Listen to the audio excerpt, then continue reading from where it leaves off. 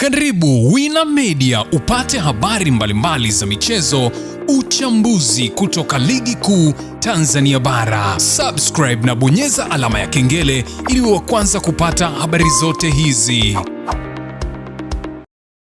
Mambo vipi mwanamichezo, ni wakati mwingine tena mzuri kabisa tunakutana katika chaneli yako pendwa kabisa ya Wina Media, tukiweza kujuzana yale yote makubwa ambayo yanaendelea kwa sasa kunako katika timu ya taifa ya Tanzania, au kiweza kushuhudia moja kati ya mechi safi kabisa ambayo ilichezwa katika michuano ya kombe la AFCON, ambapo uliweza kushuhudia kile kilichoweza kutokea kati ya Tanzania dhidi ya wenyeji. Hapa nazungumzia timu ya taifa ya Morocco, ambapo uliweza kushuhudia dakika 90 za moto zikiweza kugubikwa utata, si tu ndani ya uwanja hata nje ya uwanja, matukio ambayo yaliweza kuonekana ambayo yalileta viashiria vya mwamuzi kuweza kuegemea upande mmoja, kitendo ambacho kimeweza kuzua taharuki kunako katika shirikisho la soka barani Afrika CAF juu ya kile kinachoendelea kwa sasa kuhusiana na Morocco na yale ambayo yameweza kutokea. Afrika nzima kwa sasa imekuwa ikiweza kuzungumza juu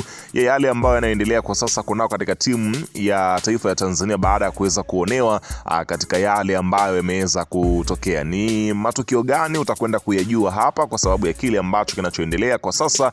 Mimi nimekusogezea hapa, utakwenda kujua mwanzo mwisho ya yale yote ambayo yameendelea na maamuzi gani ambayo yanakwenda kuchukuliwa juu ya matukio ambayo muamuzi ambaye alichezesha mchezo huo kuonekana kuwa sehemu ya upande wa timu ya taifa ya Morocco kwa kile ambacho kilichoweza kujili pale katika michuano hiyo ya AFCON. Ila kabla tujaendelea, nikukumbusha kwamba kama ni mara yako ya kwanza kabisa unatembelea katika chaneli ya Wina Media, ajua kwamba umepitwa na taarifa nyingi. Sasa ili usiendelee kupitwa na taarifa zetu, cha kufanya ni kitu rahisi kabisa. Kwenye simu yako ni kubonyeza tu neno jekundu lililoandikwa hapo no subscribe, na kisha ukabonyeza alama ya kengele iliyoko hapo chini pembeni.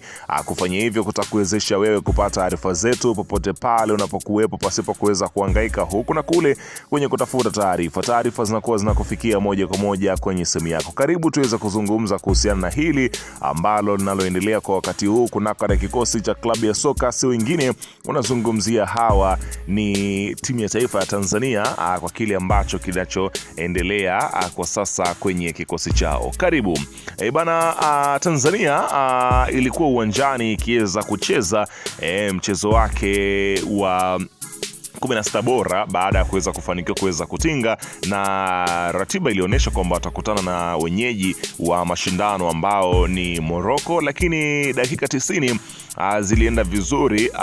Tanzania wakaweza kupigwa bao moja ambalo alikuwa na utata wowote, bao ambalo liliweza kusimama bao la Morocco baada ya kuweza kufunga goli hilo, lakini inaelezwa kwamba matukio ambayo yaliweza kujitokeza, ambapo penati wala hakuna VAR check ambayo iliweza kufanyika kwenye tukio hilo, ambapo linaonekana kwamba muamuzi na timu ya VAR wakishirikiana kuikandamiza Tanzania. Inaelezwa kwamba katika kipindi ambacho walipokuwa wakiweza kuingia uwanjani, muamuzi alionekana katika story nzito na moja kati ya wawakilishi wa timu ya taifa ya Morocco, ambapo tafsiri ikaenda mbali zaidi, wengi wakidai ya kwamba pengine muamuzi alikuwa akichukua maelekezo kutoka kwa upande wa timu ya Morocco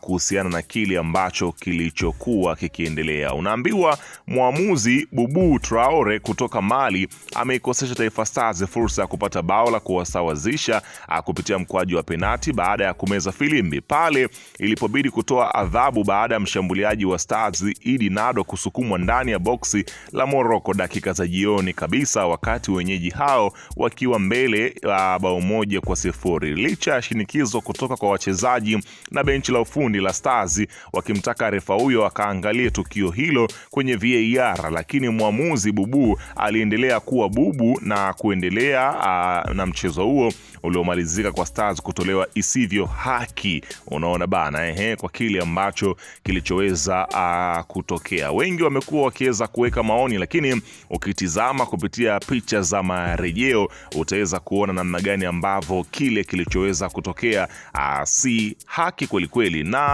hata kama unakumbuka, si mara ya kwanza kwa Morocco na Tanzania kuweza kukutana. Kuna baadhi ya matukio pia yaliwahi kutokea ambapo ilifikia hatua kocha ambaye aliwahi kuwa anaifundisha Tanzania aliwahi kufungiwa kwa kusema ukweli huo, ambapo kauli ya kocha wa zamani wa Taifa Stars Adel Amrouche ya kuihusisha Morocco na upendeleo. Aliyekuwa kocha wa timu ya taifa ya Tanzania Adel Amrouche aliwahi kutoa kauli yenye utata kuhusu timu ya taifa ya Morocco. Anasema ya kwamba Morocco inachukuliwa kama taifa maalum kwenye soka la Afrika, na kwa sababu hiyo waamuzi wengi hawajapendelea katika maamuzi yao. Hii ni hali ya kuumiza sana, kwani inaivunjia heshima juhudi na kazi ngumu ya washindani wengine. Kauli hiyo ilizua gumzo na baadaye CAF ikamsimamisha na kumpiga faini, ikisema kwamba ilikiuka maadili ya michezo kwa kutoa matamshi yanayoweza kuchochea chuki au upendeleo. Lakini sasa kile ambacho alichokuwa wakiweza kukisema hatimaye kimeweza kutokea, kila mmoja akienda kushuhudia namna ambavyo yale aliyokuwa akiweza kuyasema juu ya kile kilichoweza kutokea, ambapo mwamuzi Bubu Traore amefanya yake na kila kitu kimeweza kuonekana kutokea. Lakini kocha wa Taifa Stars Miguel Gamondi amefungua kutoridhishwa kwake na maamuzi ya waamuzi wa mchezo wa Morocco na Tanzania ambao uliisha kwa wenyewe Tanzania kuweza kufungwa bao moja kwa 0. Ukiweza kushuhudia huko mitandaoni watu wakisema kwamba haki imeshinda amani. Unaona bana, unaambia wachezaji wa Taifa Stars ambao hawajacheza dakika yoyote kwenye AFCON 2025. Kuna Yakubu Suleiman ambaye ni golikipa wa Simba Sport Club, kuna Yusuf Kagoma kiungo kutoka pale Simba, Lusajo Mwaikenda kutoka Azam, na hapa nazungumzia Nixon Kibabage kutoka pale Singida Black Stars, kuna Wilson Nangu kutoka Simba Sport Club, Kelvin Nation naye pia hajapata nafasi, Abibu Idigego kupata nafasi, na Morris Abraham kutoka Simba Sport Club ambao pia hawakupata nafasi ya kuweza kucheza kwenye mashindano haya kwa dakika yoyote. Yani ni namna ambavyo kila mmoja ameweza kushuhudia kuonekana kabisa katika mashindano haya ya AFCON, licha ya kwamba waliweza itwa. Lakini baada ya kufuzu hatua ya 16 bora ya AFCON 2025, Taifa Stars itavuna dola 800,000 kutoka CAF sawa na shilingi bilioni 1.9. Pia imepokea zawadi kutoka serikali kwa bao Uganda bao milioni 100, Tunisia bao milioni 200 sawa na jumla shilingi milioni 300. Viwango vya zawadi kutoka CAF AFCON 2025, unaambiwa nafasi ya 4 kwenye kundi atapokea dola 500,000, nafasi ya 3 kwenye kundi atapokea dola 700,000, 16 bora atapokea dola 800,000, robo finali dola milioni 1.3, nusu finali dola milioni 2.5, mshindi wa pili anapokea dola milioni 4, bingwa anapokea dola milioni 10. Unaona bana, kile ambacho kinachoendelea kwa sasa, mambo yakiendelea hivyo bana. Weka maoni yako hapo chini katika upande wa comment kuhusiana